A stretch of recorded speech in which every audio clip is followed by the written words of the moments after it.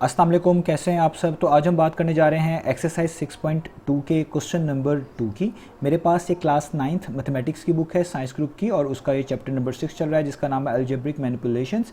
तो इस चैप्टर से रिलेटेड बहुत सारा कंटेंट, बहुत सारा सोल्यूशन मैं अपने चैनल पर अपलोड कर चुका हूँ। मैंने इस चैप्टर के नेम से एक सेपरेट प्लेलिस्ट बनाई हुई है, उसका लिंक डिस्क्रिप्शन में दे दिया है। अगर आप इस चैप्टर से रिलेटेड बाकी सोल्यूशन में इंटरेस्टेड हो तो वो आप लिंक डिस्क्रिप्शन में से देख सकते हैं। इसके अलावा भी मैंने क्लास 9 से रिलेटेड डिफरेंट चैप्टर्स के सोल्यूशन कवर किए हुए हैं, वो सब के सब आपको मेरे चैनल की प्लेलिस्ट में मिल जाएंगे। और अगर आपके कोई क्वेश्चन है, कोई सजेशन है मेरे वीडियो कंटेंट के हवाले से, तो एक फेसबुक पेज मैंने बनाया हुआ है, उसका लिंक डिस्क्रिप्शन में गिवन है। आप उस फेसबुक पेज के थ्रू अपने सजेशंस को, अपने क्वेश्चंस को मुझ तक पहुंचा सकते हैं। तो आइए स्टार्ट कर लेते हैं क्वेश्चन नंबर 2। लास्ट वीडियो में हमने क्वेश्चन नंबर 1 किया था, आज क्वेश्चन नंबर 2 करेंगे, और नेक्स्ट वीडियोज़ में इंशाल्लाह इसके बाकी क्वेश्चन भी हम यहाँ पे सॉल्व करेंगे। तो क्वेश्चन नंबर 2 की स्टेटमेंट दोबारा से मैं बता दूँ, लिखा हुआ है simplify each of the following as are rational expression. हमने इन सब क्वेश्चंस को सिंप्लीफाई करके दिखाना है, और ये सारी की सारी रैशनल एक्सप्रेशंस ही बेसिकली लिखी हुई हैं। ये मैंने लास्ट लेक्चर में भी बताया था।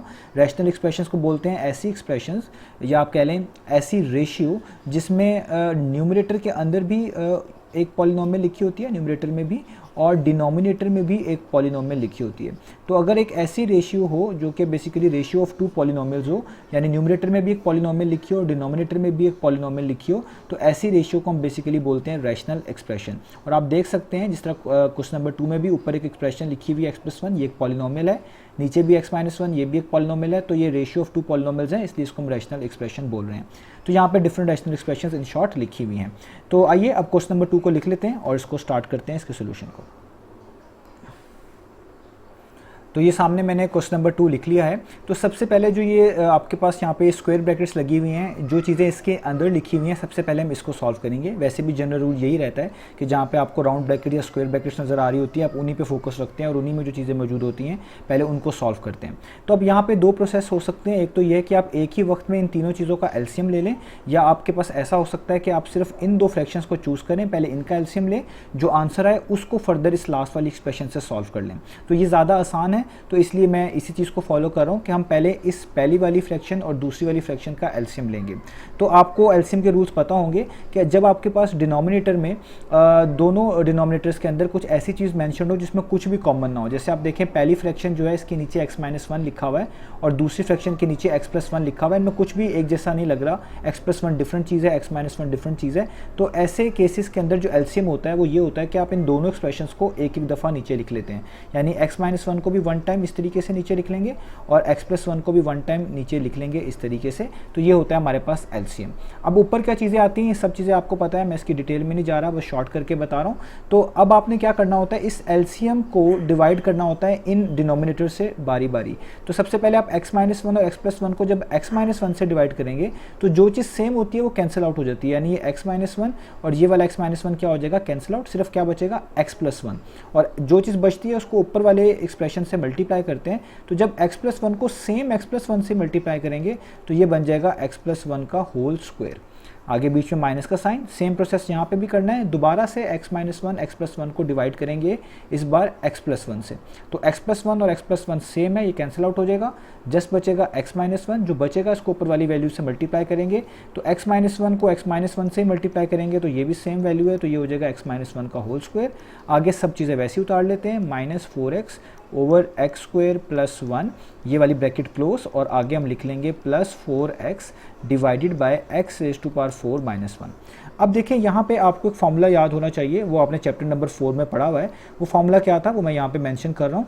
तो वो था, अगर आपके पास लिखा आए a + b ऊपर whole square minus a - b whole square, तो ये बेसिकली इक्वल होता है 4ab के। ये आपको याद होना चाहिए फॉर्मूला, ये चैप्टर नंबर 4 में भी है कि जब दो चीज़ें इस तरह की लिखी हो, वो सेम हो, एक प्लस के साथ एक माइनस के साथ, उनके ऊपर होल पार्ट 2 हो, बीच में वो माइनस का साइन हो, तो वो इक्वल होती है 4ab। तो अगर आप नोटिस करें इस साइड पे, तो यहाँ पे भी ये x+1 है, ये x-1 है, दोनों जगह पे जो टर्म्स यूज़ हुई हैं यानी x और 1 वो सेम है, जिस साइन का फ़र्क है, पहली वाले में प्लस है, दूसरे वाले में माइनस है, और बीच में माइनस का साइन भी है और बाकियों पे होल स्क्वायर भी लगा हुआ है। तो इस फार्मूले के मुताबिक आप इसको लिख सकते हैं 4a का मतलब पहली टर्म जो कि है x, और b का मतलब दूसरी टर्म जो कि होती है 1। तो आप इधर 1 को लिख लें तो भी ठीक है, ना लिखें तो भी ठीक है, क्योंकि 4 1 टाइम्स 4 ही होता है, यानी खाली 4x भी लिख लें तो काफ़ी है, क्योंकि 4 1 टाइम्स 4 ही होना है और बाद में दोबारा से 4x ही बन जाना है। और नीचे आपके पास क्या बचता है, x-1 और x+1। इसको भी अगर आप सॉल्व करके लिखना चाहें तो ये बन जाता है x² -1। ये मैंने कैसे लिखा, ये भी आपको फॉर्मूला पता है कि अगर आपके पास इस तरह की चीज़ हो, यानी a² - b² लिखा हो, तो इसको आप लिख सकते हैं a+b की फॉर्म में और a-b की फॉर्म में, इस तरीके से। तो अगर कोई चीज़ ऐसे लिखी आए तो ये बना सकते हैं, और ऐसी चीज़ लिखी आए तो इसको हम इस तरह कन्वर्ट कर सकते हैं। तो क्योंकि आपके पास x-1 और x+1 इस वाली फॉर्म से मैच करता है, तो आप इसको लिख सकते हैं a² - b² जैसा। तो मैंने इसलिए इसको लिख लिया a² यानी x² -1², 1² 1 ही होता है, इसलिए मैंने उसको 1 लिख लिया। आगे माइनस का साइन, और यहाँ पे आ जाएगा 4x, और यहाँ पे आ जाएगा आपके पास x² +1, ये ब्रैकेट क्लोज, और यहाँ पे ये चीज़ जो है 4x डिवाइडेड बाय x4 - 1 वैसे का वैसे ही। अब देखिए उन दो एक्सप्रेशंस को सॉल्व किया तो ये सिंगल आपके पास रैशनल एक्सप्रेशन बच गई, और साथ ये पहले ही वैसे ही नोट डाउन कर रहे थे। तो अब सिर्फ इन दो को सॉल्व करना है, यानी अब हमने दोबारा से इन दोनों में एलसीएम लेना है, क्योंकि अभी भी इनके अंदर एलसीएम की गुंजाइश है। तो दोबारा से एलसीएम ले लेते हैं। तो अब एलसीएम लेंगे हम, तो अभी दोबारा से जो रूल मैंने आपको समझाया था वो यूज़ करेंगे कि आप देखें यहाँ पे x² -1 है, यहाँ पे x² +1 है, दोनों डिफरेंट हैं। अगर दोनों डिफरेंट चीज़ें लिखी हों तो दोनों चीज़ों को एक एक दफ़ा लिख लेते हैं, वही एलसीएम होता है। यानी x² -1 को 1 टाइम लिख लेंगे और x² +1 को भी इधर 1 टाइम लिख लेंगे। अब जो ये चीज़ आगे वाला प्रोसेस है वो भी ऊपर एक्सप्लेन किया था, जो भी एलसीएम आया होता है इसको डिवाइड करेंगे पहली फ्रैक्शन के डिनोमिनेटर से। तो आप देखें ये x² -1 इस वाले x² -1 से कैंसिल आउट हो जाएगा, सिर्फ क्या बचेगा x² +1। जो बचता है उसको हमेशा ऊपर वाली एक्सप्रेशन से मल्टीप्लाई करते हैं, तो 4x को मल्टीप्लाई कर देंगे x² +1 से, ठीक है। माइनस का साइन, इधर आप देखें x² +1 है, इधर भी x² +1 है, ये सेम है, कैंसिल आउट हो जाएगा। जब इस सारे एलसीएम को इससे डिवाइड करेंगे तो सिर्फ x² -1 बचेगा, इसको हम 4x से यानी ऊपर वाली वैल्यू से क्या कर देंगे, दोबारा से मल्टीप्लाई इस तरीके से। और अब मुझे ब्रैकेट्स लगाने की जरूरत नहीं है, क्योंकि मैंने चीज़ों को सॉल्व कर लिया है। और यहाँ पे आ जाएगा 4x और यहाँ पे x⁴ -1। अब आपने जस्ट इनको सॉल्व आउट कर लेना है। तो आप देखें 4x को x² से मल्टीप्लाई तो करें तो वो आता है 4x3, 4x को 1 टाइम्स करें तो आता है 4x। इसी तरीके से यहाँ पे करना है। -4x को x² से करें तो ये आता है -4x3, माइनस माइनस क्या होता है, वो होता है प्लस, और 4x को 1 टाइम्स करेंगे तो ये हो जाएगा 4x, ठीक है। और नीचे आपके पास अगर आप नोटिस करें ये फिर से ये वाला ही फॉर्मूला बन रहा है जो अभी बताया था कि a² - b² इक्वल होता है a+b a-b।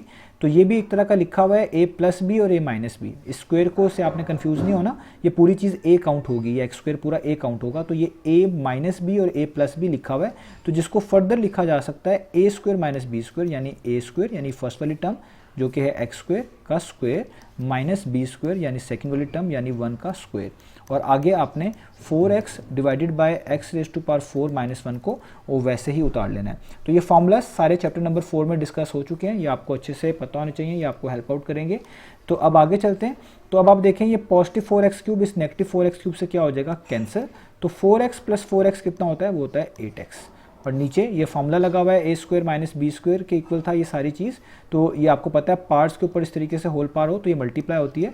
तो 2 टाइम्स हो जाएगा 4, 1 का स्क्वायर 1 ही होता है, और यहाँ पे आ जाएगा 4x और x⁴ -1। अब लास्ट स्टेप है हमारा। तो अब आप देखें ये जो दो फ्रैक्शंस हमारे पास बची हैं, या जिसको आप कह लें कि ये रैशनल एक्सप्रेशन है, इनके डिनोमिनेटर सेम है। तो जब डिनोमिनेटर सेम हो तो उनका एलसीएम लेना सबसे आसान होता है। तो जो चीज़ सेम होती है नीचे उसको आप जस्ट 1 टाइम लिख लेते हैं। तो x⁴ -1 को 1 टाइम लिख लें, और जो चीज़ ऊपर मौजूद होती है न्यूमरेटर्स में दोनों फ्रैक्शंस के, उन दोनों को वैसे ही उतार लेते हैं। यानी ये 8x वैसे ही उतार लें, ये बीच में प्लस 4x है, इसको भी वैसे ही उतार लें। अब इसका फाइनल फॉर्म क्या बनेगी, 8 + 4 जो कि होता है 12, आगे x आएगा, और नीचे आपके पास आ जाएगा x⁴ -1। तो यही वो सोल्यूशन था जो हमने फाइंड करके दिखाना था। तो इस तरीके से हम कर पाए हैं क्वेश्चन नंबर 2 को। तो मुझे उम्मीद है ये आपको सोल्यूशन समझ आया होगा। इंशाल्लाह नेक्स्ट वीडियो से मिलेंगे बाकी सोल्यूशंस के साथ।